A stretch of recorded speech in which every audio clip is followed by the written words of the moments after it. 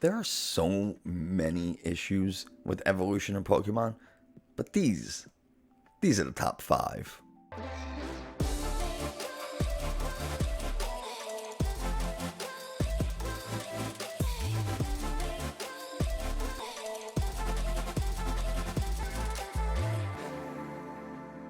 Hey everybody, Nick from Just Now Science, and today we're going to be talking about some of the biggest issues or like the least believable aspects of evolution that I find in the Pokemon games. And the reason we're doing this is because last week we talked about some of the least, I don't know, what did we talk about last time? I don't know. The video's up here or there. It's somewhere. It's linked. You got it. But at this video, we're going to do some of the issues I see with evolution. And keep in mind that we're using the term evolution very loosely. This is not evolution in the real world, because evolution doesn't apply to the individual. It applies to the species and takes a very long time to happen. So keep that in mind. But, these are more adaptations, I guess, if we were going to call it anything. But, it's a video game meant for children. So whatever. I don't know why I'm doing this. It's just fun. I've been playing a lot of Sword and Shield lately. I got a couple of shinies. I'm excited. I'm going to talk some Pokemon. So let's do it. These are in no particular order except for the last one. The last one is the worst of all of them, but the rest of them are just things that I've seen and I don't like. So here we go. Number 5, if I was going to number them. Pokemon that change dramatically in size or shape. And you see this with Magikarp evolving into Gyarados. It goes from this tiny floppy fish thing to just a massive flying mystical dragon, whatever. It's like, whoa. Come on. Like that. I'm supposed to believe that? No way. You could also make the same argument for Dragonair evolving into Dragonite, but at least according to another video I saw, there's some mythological basis for that, right? The idea that like a serpent, if it lives long enough, it can turn into a dragon or, something like that. So fine, I guess, but like just a plain fish that apparently people eat in the Pokemon world just become this huge dragon. If you know, now wait, yeah. If you know that Magikarp is going to evolve into a Gyarados, why would you eat it? And why aren't all Gyarados killing all of us for eating their brothers? Like, what is happening in the Pokemon world? Number 2, Pokemon that gain or lose mass amounts of body parts. And you don't really see Pokemon losing body parts. Usually they're getting a lot bigger. But things like Execute evolving into Executor are impossible, right? Like the idea that there's just some seeds that magically become a palm tree with a face and it's pretty goofy, like that doesn't happen. Yeah, obviously seeds become trees, but they don't have psychic powers and they don't have faces. Like they're just plain old trees that you see and get oxygen from. Like they're great. It would be more believable if Execute had a middle evolution between it and Executor, where it was kind of like a sapling or like a small tree, and then it turned into Executor. Like that would be like, okay, I see a progression here. Yeah, you can just say that they're skipping, but still, to just gain body parts breaks one of the laws of nature. It breaks the law of thermodynamics that matter can't be created from nothing. So how does that happen? The next one is Pokemon that have objects. They have things, and a good example of this is Thwackey evolving into Rillaboom. And I really love the idea of Thwackey and Grookey just finding some stick randomly and using that as a weapon, whether it's to beat a drum to raise their own attack or their allies' attack or to smash their enemies with. Like, I think it's really fascinating, the idea that a Pokemon will find an object in the world and use it, because that happens in nature. Animals do, especially different types of chimps and apes, they do use tools. So I think it's really cool, the idea that, like, you know, you have the move Rock Blast. It's just a Pokemon finding a rock on the floor in the middle of battle and just hurling it at whoever their opponent is. Like, it's really funny to me, but it if there was a fight, that's what would happen, right? Like, that's how Pokemon would fight. It's much more believable than a Pokemon just shooting boulders out of themselves, unless they are a rock type. But there's only a finite number of times they can do that before they, well, don't exist anymore. So, not super practical. Number 4 is Pokemon with clothing. And not to say Pokemon that are designed to appear if they have clothing. Like Delphox, for example, has a lot of fur that looks like clothing, but it's fur. And while that's silly and bothers me, it's not nearly as bad as things that just gain clothes, like Machop going into Machamp. Machop is just smooth, like Gumby, or the nether regions of a Ken doll. But then out of nowhere, Machamp gains a championship belt, which is funny and fitting, I guess. But like, where? And are every Machamp that exists ever all champions of something? Like, how does? Anyway, not the topic.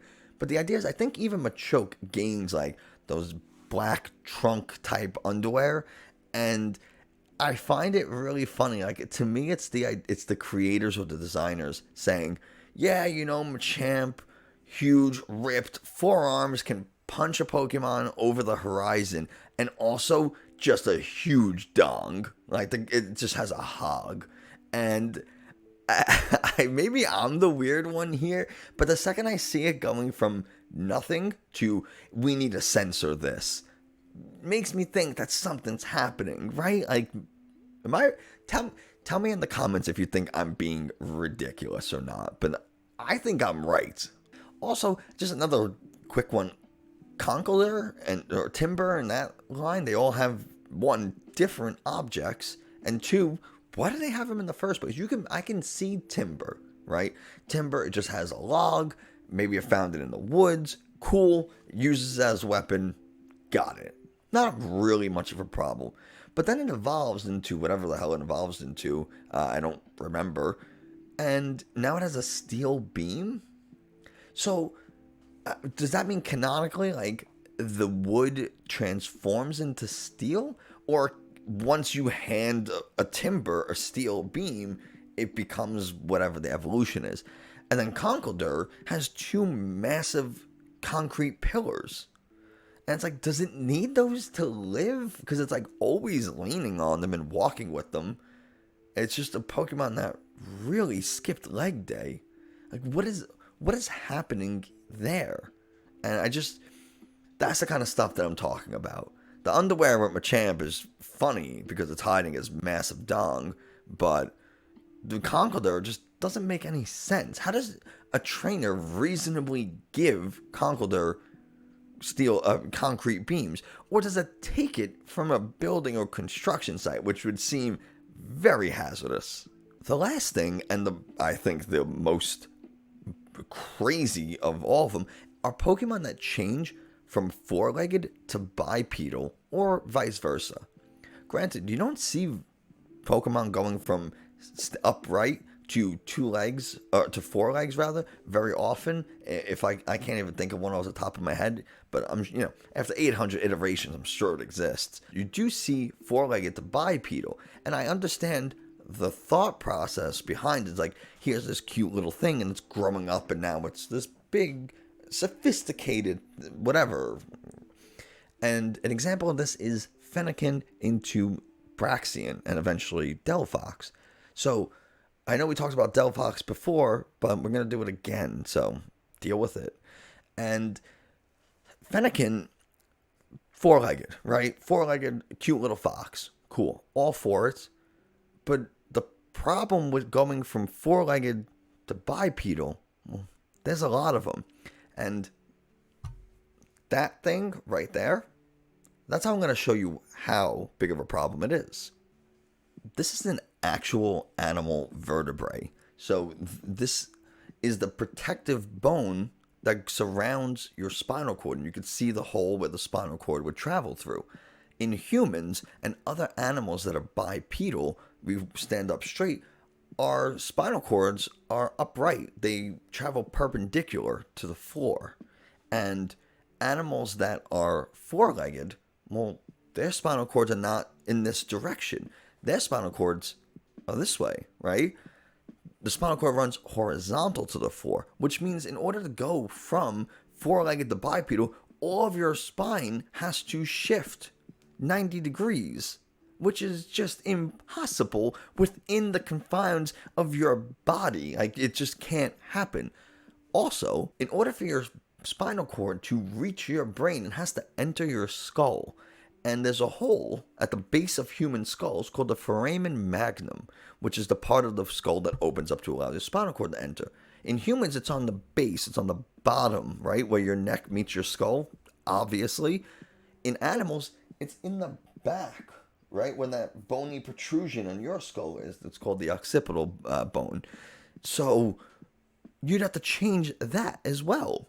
And there's also a lot of other issues, like the shape of your hips are very different in bipedal and four-legged animals.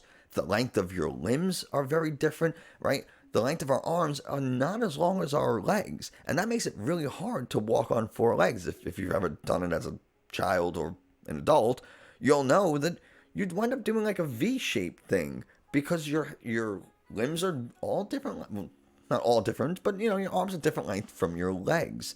And that makes a big deal when you're trying to say this animal started going from four-legged to now two. It can't happen. It physically, physiologically, morphologically, anatomically, whatever you want to say, it can't happen. It can't, and it drives me nuts.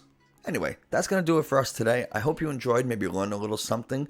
Let me know down below in the comments what you think the worst Pokemon evolution is. Whether you just don't like the way it looks, or it just doesn't make any sense at all. I want to hear about it. I think it'd be interesting.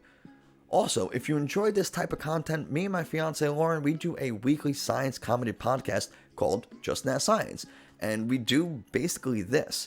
We find a topic, we talk about it, we make fun of it, we talk about some of the myths and misconceptions, and then we give you the actual science behind whatever that topic is. Lately, we've been talking about things like human violence, whether or not we're naturally violent. We've talked about flat earth, vaccines, all that kind of stuff. So if you're into it, you got the links in the description. That's not the right hand. You got the links in the description below. I'm a professional, and I never know what hand to use. So I think on that, I'm going to end this. Thank you very much. And if you like, there's always hitting the subscribe button, notifications, share, all that kind of stuff. Those are the things that really, truly help the content grow and our channel grow. It doesn't help the content grow. I'm responsible for the content growth. You need to help me get the channel to grow, and do that by liking, sharing, subscribing, all that kind of stuff. Anyway, I've been rambling, and I'm going to go. So thanks a lot, and we'll see you next time.